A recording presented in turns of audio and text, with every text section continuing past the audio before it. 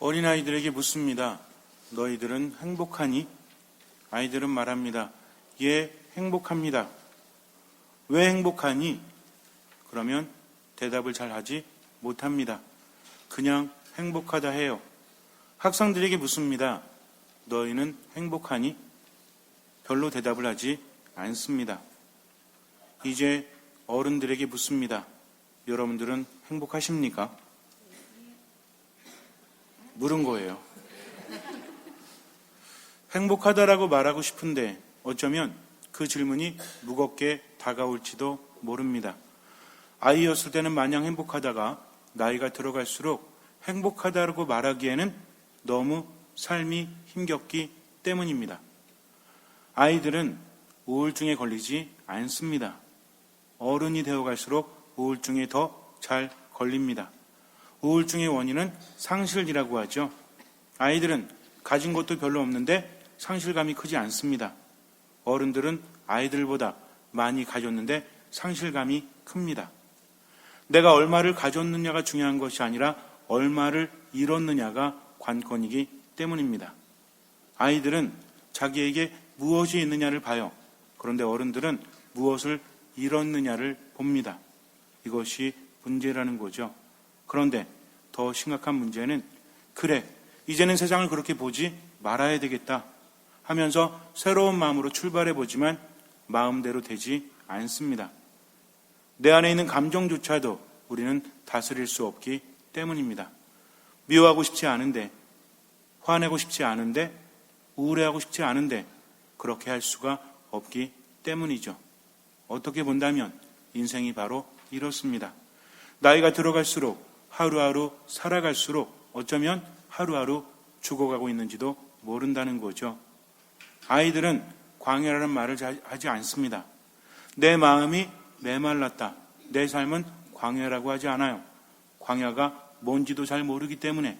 그런데 나이가 들수록 점점 내 마음은 광야가 되어 갑니다. 겉으로는 멀쩡한데 속이 병들어가기 때문이죠. 왜 그럴까요? 왜 나이가 들수록 아이 때는 전혀 느끼지 못했던 고통 속에서 살아가야 될까요? 여러분들은 나이가 든다는 것이 무엇이라고 생각하십니까?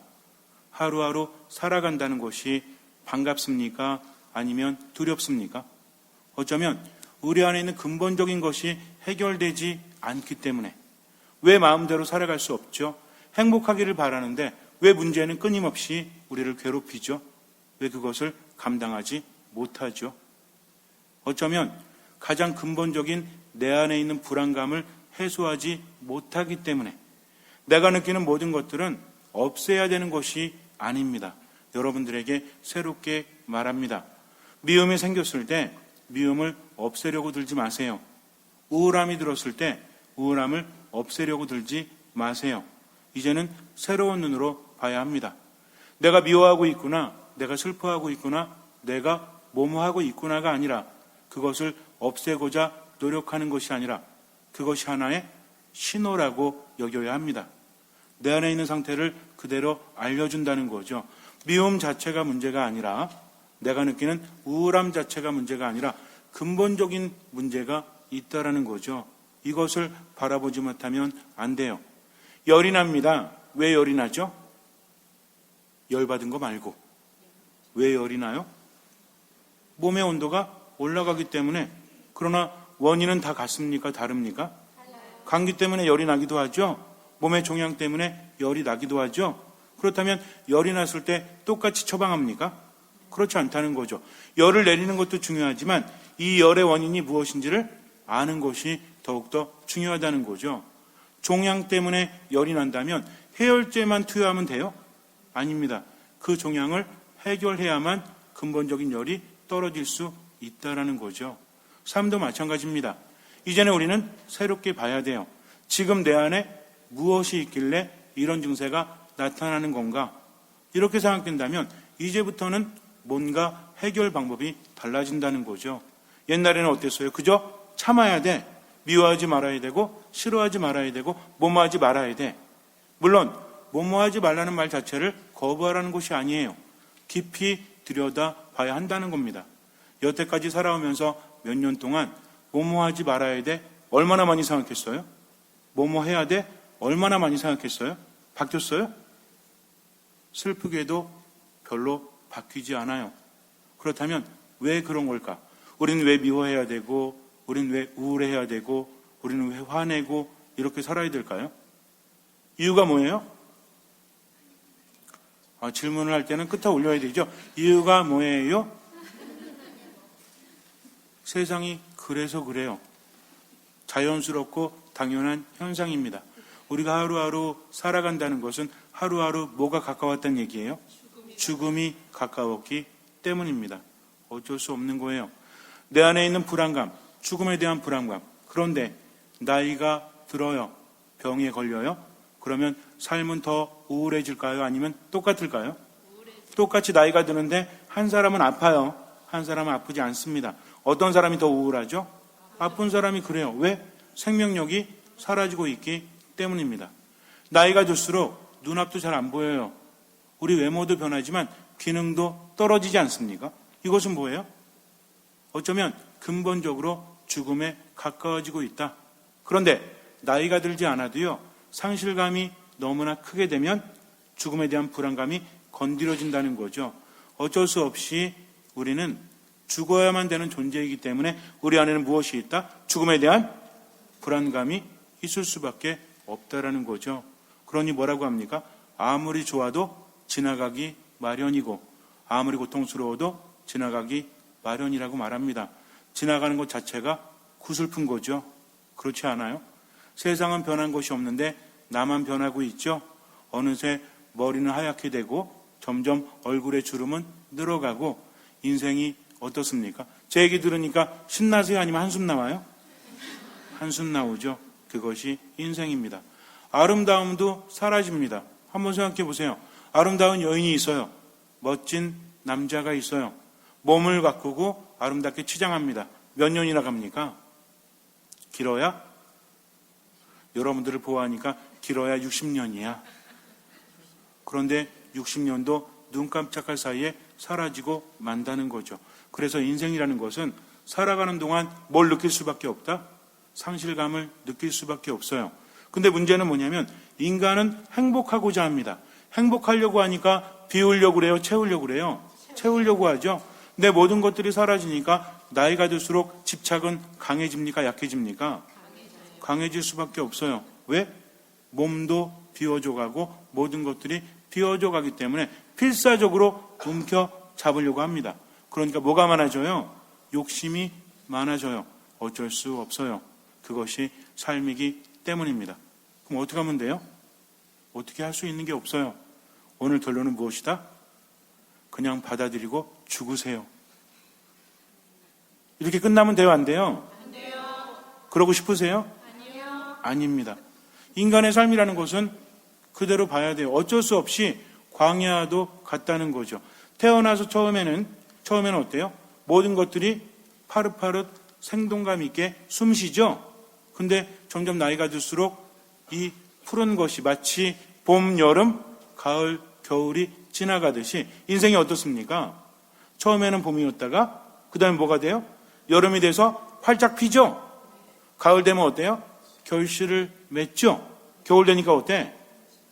겨울 되니까 모든 것들이 시들어가요. 그래서 마지막 잎새 하나 떨어뜨리지 않으려고 움켜잡지 않습니까? 이것이 인생이에요. 하지만 그 잎새도 떨어질 수밖에 없다는 거죠. 떨어지는 것이 구슬픕니까? 아니면 떨어지는 것이 행복합니까? 질문 자체가 후지죠. 구슬플 수밖에 없어요. 그러나 떨어져야만 봄이 되면 살아날 수 있습니다. 받아들여야 되는 것은 받아들일 수밖에 없어요. 받아들이지 않아도 그날은 오기 때문입니다. 그래서 인간의 삶이라는 것은 광야도 같다는 거죠. 어떤 사람이 먼저 가고 어떤 사람이 나중에 갈 뿐 우리는 어차피 광야로 가야 합니다. 광야는 어떤 곳이죠? 광야는 어떤 곳이에요? 맥주 한잔 할 수 있는 낭만스러운 곳? 광야에는요, 나무가 별로 없어요. 생명력이 별로 없습니다. 광야는 뭘 상징하죠? 고통을 상징하고 죽음을 상징합니다. 광야라는 곳은 살아갈 수 없어요. 정말 힘듭니다. 광야에서 강도를 만나면 숨을 데가 없어요. 광야는 어떻습니까? 뜨거운 바람이 불고 모래바람이 불죠. 그러니 얼마나 힘든지 몰라요. 아무리 선크림을 발라도 피부는 노화될 수밖에 없어요. 먹을 것도 제대로 있지 않습니다. 광야에 가다가 짐승을 만난다면 그 짐승은 10중 8구 뭐예요? 여러분들 보통 이렇게 제가 엊그저께 황구지청 걷다 깜짝 놀랐어요. 여기 오목천동에 친구 신부님이랑 같이 이렇게 밤 한 11시 반에 걷고 있는데 갑자기 저한테 그래요. 야, 고라니야. 제가 그랬죠. 야, 무슨 산도 아니고 황구지천에 고라니야. 그런데 고라니가 제 앞에 지나가더라고요. 깜짝 놀랐습니다. 황구지천에 고라니가 살아요. 고라니는 보면 어때요? 어떤 질문을 해도 대답은 똑같아요. 묵묵부답. 고라니는 무서워요? 물론 우리 자매님들은 고라니 보고도 무서운 경우 있죠? 고라니는 무서워해도 나에게 해코지하지 않습니다. 그러면 광야에서 만나는 짐승이 고라니일까요? 뭐 같아요? 전갈, 방울뱀, 그리고 승냥이 이런 것들이죠. 그러니까 대부분의 짐승들이 독을 품고 있거나 생명을 해치는 존재라는 거죠. 즉 광야라는 곳은 죽음의 장소일 수밖에 없어요. 워낙 먹을 것이 없기 때문입니다. 그러면 왜 광야가 됐죠? 원래부터 광야였기 때문에 사막화된다라고 하죠. 원래는 옛날에는 정말 옥토였는데 모든 것이 기름졌는데 사막화된다라고 하지 않습니까? 즉 광야가 된다는 것은 뭐가 사라진다는 얘기예요? 생명력이 사라진다는 겁니다. 더 이상 파릇파릇하지 않아요. 더 이상 먹을 것이 없어요. 그래서 산들도 나무를 잃어버려서 민둥산이 됩니다. 얼마나 무서운지 몰라요. 또 밤이 되면 온도는 급격하게 떨어질 수밖에 없죠. 그래서 모든 것들이 다 뭘 의미하고 있다? 죽음을 의미합니다. 이스라엘 백성들이 이집트에서 탈출해서 40년 동안 광야를 헤매죠. 그러면서 어디로 가려고 합니까? 적과 꿀이 흐르는 땅으로 가려고 그래요. 그런데 이것이 무엇을 의미합니까? 이것도 인생을 의미해요. 단순히 수천 년 전에 일어났다. 이런 일이 아닙니다. 우리들의 일이라는 거죠. 성경은 그래요. 성경 자체는 무엇입니까? 우리에게 해당되는 문제라는 거죠. 옛날 이야기가 아니라 살아있는 말씀으로 우리의 이야기다. 이스라엘 백성들이 광야를 헤맨 게 나랑 무슨 상관이 있는가? 이것이 아닙니다. 우리는 이스라엘 광야를 헤매지 않지만 어디를 헤매고 있어요? 인생이라는 광야를 헤매고 있기 때문입니다. 막연한 희망을 가지고 어릴 때는 어른이 되면 괜찮겠지. 어른 되면 어때요? 결혼하면 괜찮겠지. 결혼하면 어때요? 자식 낳으면 괜찮겠지. 늘 어렴풋한 희망만 가지고 살아가지만 인생 자체는 뭐야? 고통이에요. 인생 자체는 괴로움이에요. 그러면서도 벗어나지 못해요. 광야라는 것은 인간의 삶을 의미한다. 너무나 힘들어요. 왜? 하느님으로부터 멀어졌기 때문입니다. 인생 자체가 고통이에요. 그런데 어떻게 피해갑니까? 피해갈 수 없다는 거죠. 그런데 이 삶이라는 것이 두 가지 의미가 있다. 아까 그랬죠? 사순시기는 어떤 시기다? 은총의 시기요.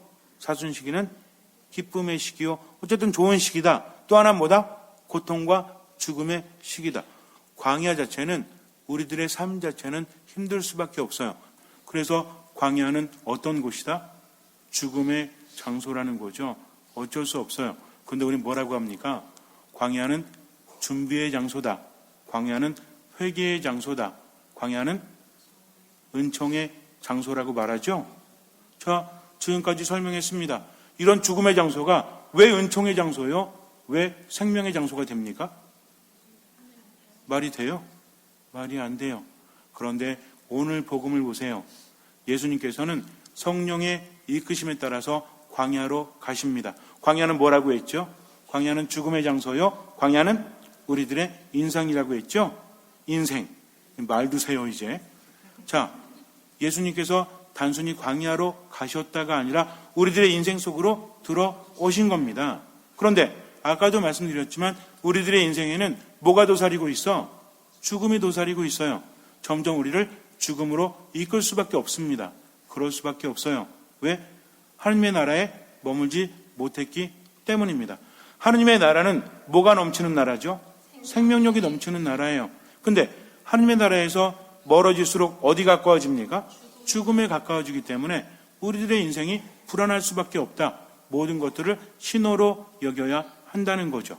근데 예수님께서 딱 가셨는데 광야에 뭐가 있었어요? 우선은 단식을 하시죠. 40주야 먹을 것이 없습니다. 뭘 의미합니까? 죽음을 의미해요. 광야에는 뭐가 있다고 그랬죠? 죽음이 있다고 그랬죠? 사탄의 유혹이 있어요, 없어요? 있죠. 광야는 사탄이 우글거립니다. 왜? 죽음을 의미하는 곳이기 때문에. 사탄은 인간을 하느님으로부터 떼어내서 죽음으로 몰고 가는 존재이기 때문에 그래요. 그런데 이제 누가 도전하는 거예요? 예수님께서 모든 것을 회복하시기 위해서 죽음이라는 죽음의 장소인 광야를 생명으로 바꾸기 위해서 그분이 가십니다. 그러니까 사탄들이 와서 뭘 어떻게 해요? 유혹하는 거죠. 어떻게 유혹해? 사탄과 예수님은 싸움이 돼요, 안 돼요? 안 돼요. 한 말씀으로 쫓아낼 수 있기 때문입니다. 사탄은요, 예수님을 이기려고 하는 게 아니에요. 다만 인간을 구원하지 못하도록 그렇게 예수님을 충동질하는 겁니다. 물론 마르코복음에서는 자세히 나오지 않지만 우리는 대표적인 세 가지 유혹을 알고 있죠. 그런데 사탄은 성공합니까? 성공하지 못하죠. 그리고 물러가죠. 그러고 났더니 누가 와요? 천사들이 오고 예수님이 누구랑 함께 지내죠? 짐승들과 함께 지냅니다. 자, 보세요. 이 들짐승은 뭐라고요? 1번 코커스 파니엘. 이런 거예요. 아까도 말씀드렸지만 방울뱀, 전갈 뭐 이런 것들일 거예요. 근데 함께 지내면서 예수님 뭐 하셨죠? 그랬더니 어떤 분이 전갈을 드셨나? 방울뱀을 잡아 드셨나? 아닙니다. 그들과 함께 지냈다는 그것은 무엇을 의미하죠? 그들은 원래 독을 지녔거나 상대방을 공격하는 죽음을 상징하는 동물들이죠. 근데 예수님과 함께 뭐 했다라고 나와요? 함께 지냈다라고 나옵니다. 예수님과 함께 지냈다는 거죠. 맹수들과 함께 살아가는 곳, 더 이상 죽음으로 위협하지 않고 더불어서 함께 살아가는 것. 자, 보세요. 우리가 어렸을 때부터 나이가 들면서 점점 상실감을 느끼고 삶이 광야로 변한다고 했죠. 그런데 어린이와 어른의 차이가 또 하나가 있습니다. 뭔지 아십니까? 어렸을 때는요, 함께 한다는 의식이 커요. 그러니까 엄마, 아빠, 형, 동생 하나죠? 왜 대답을 안 하셔? 재산 때문에 싸워요? 뭐 때문에 싸워요? 그저 서로 티격태격 대다가도 어때요? 엄마, 아빠가 하지 말라고 하면 함께 어우러져서. 그래서 애들 보면 그런 거 있잖아요. 이불 속에서 애들 몇 명 놀면 되게 재밌죠? 이런 기억 나세요? 저도 어렴풋이 기억이 나요. 옛날에 이불 속에서 별짓 다 했잖아. 우주선도 되고 때로는 차도 되고 따뜻하게, 특히 추운 겨울일수록 따뜻한 이불은 더욱더 우리를 행복하게 하지 않아요? 근데 혼자 있는 것보다 친구라든지 가족이라든지 함께 있으면 즐거워요, 안 즐거워요? 시간 가는 줄 모르고 놀죠? 그럼 엄마 아빠가 뭐래? 불 끄고 자, 이렇게 말하잖아요. 그럼 뭐라 그래요? 네. 그리고 불 끄면 또 무섭지? 무서우니까 얘기하면서 서로 먼저 잠들려고. 이런 어린 시절이 있지 않습니까? 우울증이 있어요? 없어요. 근데 어른이 된다는 것은 뭘 잃어버리는 겁니까? 함께함을 잃어버리는 거죠. 함께함을 잃어버리니까 상실감은 더 커요, 안 커요? 클 수밖에 없는데 그 결핍을 다른 것으로 채우려고 노력한다는 겁니다. 이래서 비참해지는 거예요. 자, 광야에 있는 동물들은 서로 죽이려고 합니다. 그런데 예수님 때문에 함께 살아가는 존재가 돼요. 이제는 광야가 바뀌고 있죠. 누구 때문에? 예수님 때문에 광야가 더 이상은 죽음의 장소가 아니라 어떤 장소다? 함께 어우러지는 상실의 장소가 아니라 이제는 함께 편안하게 걱정할 필요가 없는 충만의 장소로 바뀌고 있다는 거죠. 누구 때문에? 예수님 때문입니다. 그렇다면 광야가 인생이라면 우리는 아무것도 할 수 없지만, 그러나 누가 오시면, 예수님이 오시면 우리의 광야의 삶을 무엇으로 바꿉니까? 생명력으로, 희망으로 바꾸는 거죠. 이제 예수님께서는 40주야를 단식하시고 나서 이스라엘 백성들과는 달리 이제는 사람들에게 나타나십니다. 이스라엘 백성들은요, 40년 동안 헤맸죠? 1세대는 못 들어갔죠? 헤매다 죽었어. 근데 이집트에서 이스라엘까지 40년 걸려요? 제가 언젠가 말씀드렸지만 아마 제가 누워가지고 이렇게 굴러가도요, 한 2달 안에 갈 것 같아요. 빨리 굴르면. 그러니까 아무리 천천히 가도, 왜냐하면 여기가 버스 타고 제 기억에는 3시간, 4시간 정도 걸렸습니다. 그러면 엄청나게 빨리 달린 것도 아니거든요. 근데 이거를 몇 년 동안 헤맸어? 40년 동안 헤맸다는 거죠. 그러나 예수님께서는 며칠을 40주야. 40일이죠. 40일 낮과 밤이기 때문입니다. 여기서 중요한 건 이스라엘 백성들이 40년을 한 건지 41년 2개월을 한 건지 43년 3개월을 했는지 이게 중요해요? 40이라는 숫자는 무엇입니까? 그럼 이스라엘 백성들은 왜 40년 헤맸죠? 가만히 보니까 신부님, 이스라엘 백성들은 40년 헤맸잖아요. 근데 예수님은 40일 하셨잖아요. 이게 상대가 됩니까? 라고 말하는 건 의미가 없어요. 그들은 왜 40년을 했죠? 자, 가만히 보세요. 어떤 사람이요, 학교에 들어가서 막 이렇게 월반하고 졸업한 제도가 있는 학교에 들어가서 3년 만에 졸업했어요. 근데 어떤 사람은 8년 만에 졸업했어. 왜 그랬을까요? 갑자기 문제가 너무 어려워졌나? 자, 원하는 것을 채우면 졸업을 하죠. 채우지 못하면 졸업을 하지 못하죠. 이스라엘 백성들은 40년을 헤맸으면서도 뭐 하지 않았기 때문에? 회개하지 않고 준비되지 않았기 때문입니다. 40년이 정해진 것이 아니라 그들은 40년 동안도 제대로 준비하지 못하고 인생을 살았다는 거죠. 근데 예수님께서는 40일 동안 충분히 채우셨기 때문에 이제는 충만해지셔서 밖으로 나오십니다. 광야를 뭐로 바꾸시고? 생명력이 넘치는 누구의 나라? 하느님의 나라로. 그리고 의미심장한 말씀을 하시죠. 자, 내가 너희들의 인생인 광야를 이제는 생명의 땅으로 바꾸었어. 그러니까 나를 따라오고 또 천국에 들기 위해서는 자, 1인당 10억씩 내. 이러셨어요? 아닙니다. 뭐라고 하십니까? 회개하고 복음을 믿어라. 왜? 하느님의 나라가 가까이 왔다. 뭐가 차서? 때가 차서. 그러니까 하느님의 나라가 가까이 온 것은 인간이 뭘 했기 때문이 아니라 그분께서 모든 것을 받아들이시고 완성하시기 때문입니다. 이것이 신앙이라는 거죠. 신앙이라는 것은 내가 뭔가를 하는 것이 아닙니다. 뭐 하는 겁니까? 그분께 맡기고 그분과 함께 살아가는 거죠. 인생이 힘들다 여겨지십니까? 때로는 고통스럽고 괴롭고 힘들어도 첫 번째는 뭐로 여긴다? 신호로 여긴다. 어떤 신호? 내가 지금 하느님 안에 머물지 못했구나. 그러니까 화내지 말아야 되겠다. 미워하지 말아야 되겠다. 우울해하지 말아야 되겠다가 아니라 뭐예요? 즉각 겸손하게 듣고 하느님 안에 머물러야 되겠다 하면서 뭐 합니까? 기도하는 거죠. 말씀 안에 머무는 거죠. 미사 안에서 온전히 맡기는 겁니다. 처음에는 잘 안 돼요. 화가 나는데 어떻게 맡깁니까? 그러나 화나는 순간 주님 저를 도와주십시오. 저는 믿습니다. 그러나 믿음이 없는 저를 도와주십시오. 이렇게 파괴적으로 죽음으로 가지 않도록 이끌어 주십시오. 라고 3초만 기도해 보세요. 그 다음부터는 삶이 바뀔 수밖에 없다는 겁니다. 어차피 광야인데 만만하게 보십니까?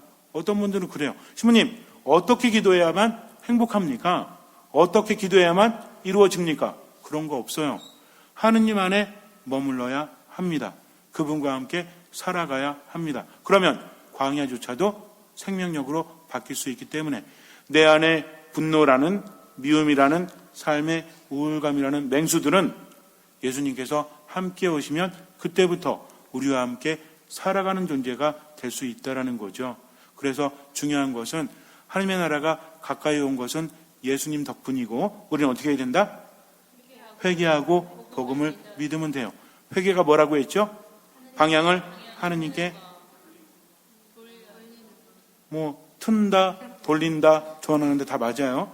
그래서 지금 내가 이러고 있구나. 그럼 어떻게 해야 되겠? 방향 전환한다는 게 뭐야? 그러면 여러분들 화가 나서 그럼 오른쪽으로 돌으실래요?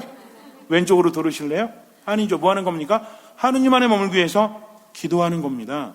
말씀을 묵상하는 거죠. 어떤 마음으로? 겸손한 마음으로 듣는 겁니다. 자꾸 듣다 보면 바뀌어요, 안 바뀌어요? 바뀌는 거죠. 주님 뭐라고 하십니까? 성경을 읽지 않고 묵상하지 않고 듣지 않으니까 삶이 힘든 거지. 정말 어려울 때마다 기가 막히게 말씀 우리를 이끌어 주십니다. 예수님 뭐라고 하세요? 걱정하지 마. 두려워하지 마. 왜? 내가 너희와 함께하니까. 우리는 어떻게 합니까? 주님, 함께 하시는 주님, 모든 것을 맡기고 최선을 다합니다. 나머지는 알아서 해주세요. 이것이 바로 신앙입니다. 그래서 사순식이 시작하면서 이번 사순식에는 담배를 끊어야 되겠다, 술을 끊어야 되겠다, 더 많이 걸어 다녀야 되겠다, 이런 거 하면 돼요, 안 돼요? 돼요. 뭐 안 될 거 뭐 있습니까? 그러나 이게 근본적인 것이 아니라 이번 사순식에는 하느님과 함께 해야 되겠다. 극장 가서 신과 함께 영화나 보지 마시고, 영화 보는 것도 뭐 좋아요.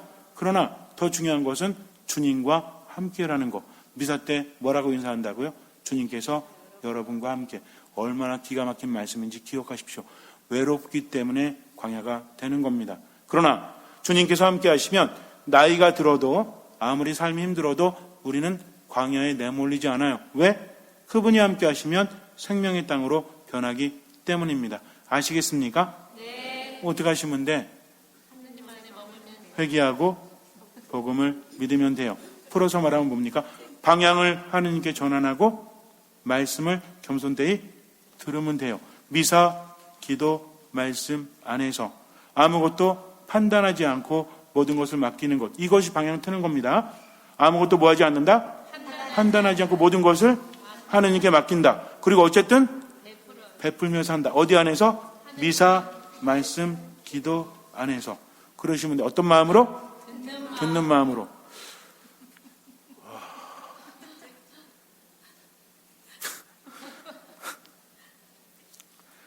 아니 무슨 슬픈 일이 그렇게 많으시길래 미사 내내 아이고 자꾸 강해야 된다니까요. 자, 걱정하지 마시고 두려워하지 마십시오. 바뀔 수 있는 거 아무것도 없어요. 내가 걱정한다고 바뀝니까? 그러니까 모든 것을 맡긴다. 그리고 뭐 한다? 아무것도. 처음부터 1번 따라하세요. 모든 것을 하느님께 맡긴다. 아무것도 판단하지 않는다. 무조건 베풀며 산다. 미사 안에서, 말씀 안에서, 기도 안에서, 듣는 마음으로. 이것만 하시면 이게 뭐라고요? 회개하고 복음을 믿는 구체적인 행동 지침입니다. 물론 개인적으로 만드셔도 돼요. 그러나 종합해서 만들어 드렸으니까 이번 사순식에는 예수님과 함께하면서 하루하루 살아가시기 바랍니다. 잠시 눈을 감으세요. 주님께서 함께 하시면 두려울 것이 없죠. 내가 힘든 것은 삶이 힘들기 때문이 아닙니다. 생명력이 떨어지기 때문이요. 그것은 주님과 함께하지 않기 때문입니다. 하느님과 함께 하십시오. 하느님이신 예수님과 함께 하십시오. 주님께서는 그 믿음을 보시고 우리 삶에 놀라운 기적을 일으켜 주실 것입니다. 아멘.